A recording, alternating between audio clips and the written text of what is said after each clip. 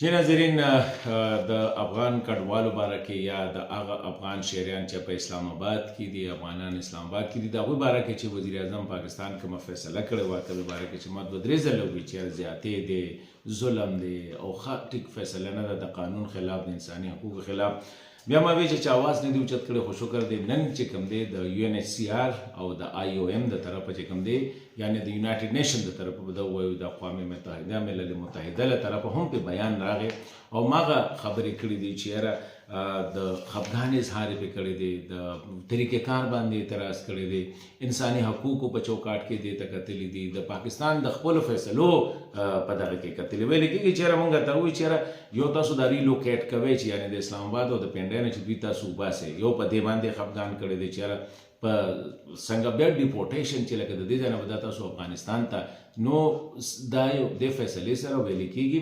هغوی وتې چې موږ ته خفګان ځکه دی چې د دې سره افغانانو کې ډېر د تشویش خبره ده هغوی پریشانه ذهني دباو ښکار دي او هغوی خپل مومنټس چې کوم دی غریبانانو ریسټریکټ کړي دي او UNHCR ورته څه ویلي دي طریقې کار مو څه دی وایي دا به تاسو څنګه کوئ د کلیرټي نشته دی دا به تاسو بس هم ورځئ او چې کوم دی کې افغاني نه د غوږه به نیسئ او هغه به یا د اسلام آباد د پنډۍ نه بار کوئ او څنګه به یې بار کوئ دې باندې خبره کړې ده او بیا ورسره یو خبره دا ده چې یاره تاسو ریکویسټ کړی دی چې تاسو موږ سره تاسو چې سم کوئ نو د انساني حقوقو د اسپیکټ پکې مخې تګ دی چې یاره د دې سره به د هغه چې کوم حقوق دي په خاصه توګه POR کارت شو یا ACC کارت هولډر شو دا خو هغه خلک دی چې حکومت پاکستان د فیصلې لاندې او د UNHCR د دوی په تعاون سره دواړو کوارډینیشن سره چې دی دوی ته دا حق حاصل دی چې د ایکسټینډډ پیریډ د پاره نه د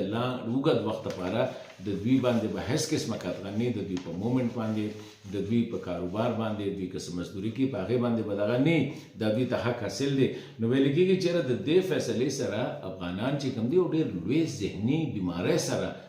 مخ دي بله وایي چې لکه د دې فیصلې سره یو دونه غیر یقیني صورتحال مخې ته راغلی دی چې وجه څه ده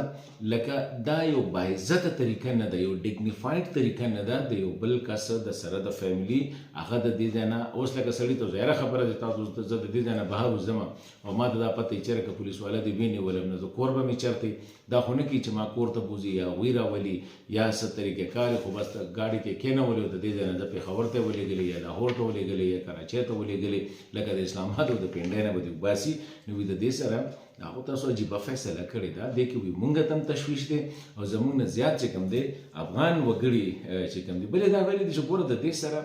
دا به څنګه کوئ یو خو دا دی چې د دې خلکو د دوی چې کوم لیولیهوډ لکه د دوی د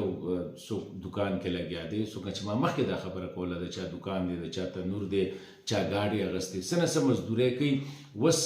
طریقه خو نشته دی ښه چې یو سړی دی د هغه ټرک دی هغه یا ټرک چلی یا هغه د ځانه ډمپر اغوستی یا ایکسکاویټر اغوستی کنسټرکشن بزنس کې زیات دي اوس هغه اغوستی دی او تا هغه ونیسه ګاډي هلته کې ولاړ دی د دې به ذمهوار څوک دي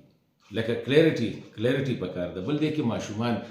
دا ویلي دي چې د 1 جنوري نه دېخوا اوسه پورې دی په دې یو میاشت کې 800 افغانان چې کوم دي چې په دې کې زیاتره ماشومان دي او جینکۍ دي او زنانه دي هغه دوی د اسلام آباد نه ریلوکیټ کړي په دې کې څه ویل کېږي چې تېره ورځ چې ما خبره هم کړې وه چې تقریبا دا خو دوی د بارډر نه اخوا اړولي دي نو دې باندې دی وایي چې لکه دا یو ماشوم به سکول کې یا به چې ته انسټیټیوشنز کې څه ټریننګ به کوي او ته راشي او هغه چې کوم دی ونیسې نه د هغه د کاغذ د هغه سره بیا شته نور سره څه نور طریقې کار شته نو ولې چېرې دا بالکل یو غلطه طریقه ده یو کلیرټي نشته دی او دا یو د دوی پاکستان ته وایي چې دا ستا حق دی چې ته فیصلې وکړې خو دا فیصلې چې ته کوې نو ته به د انسان ډیګنیټي ته د هغه عزت د هغه هغې به هم خیال ساتې بل دا دی چې د انساني حقوقو کوم چارټر دی د هغې لاندې به کوې بیا بله ورته یو خبره دا کړې ده چې دې کې داسې ډېر خلک دي څنګه ما ویلو چې د طالبانو د وخت دلته یاري نه راغلي دي دې کې چا د امریکې سره کار کړی چا ناټو سره کار کړی دی هغوی ژوند ته خطره ده نوې میډیا والا یا دغه خلک چې د چا د مختلف جابس کړي دي د هغې د وجې نه ورته خطره یا مذهبي خلک دي دا چې تاسو واپس لېږئ نو د دوی ژوند ته هلته کې خطره ده نو که دا چې ژوند ته خطر دا هم بیا د انساني حقوقو د چارټر یو خلاف ورزي ده. نو ما چې تاسو سره په دې وایم چې دا یو ډېره ښه خبره ده چیرې اقوام متحده هم UNHCR IOM هم په دې باندې نه صرف د خفګان اظهار کړی دی بلکې په دې باندې تنقید دا کړی دی چې تاسو طریقې کار کلیر نه دی، دا طریقه مو غلطه ده، دا د قانون خلاف هم ده، دا ستاسو خپلې فیصلې چې کوم دي دا د هغې هم خلاف ده او دا د انساني حقوقو د هغې د چارټر هم خلاف ده. نو د دې وجه نه زه دا وایم چې دا هم یو ډېر ښه ډیولپمنټ دی. پرون مولوي کبیر صاحب د جاپان وزیر سره سفیر سره چې ملو شو په هغې کې هم هغه دغه خبرې کړې دي چې لږ عزت سره د یو طریقې سره یو ټایم سره چې خلک خپل سامان راغونډ کړي، خپل کډه راغونډه کړي، خپل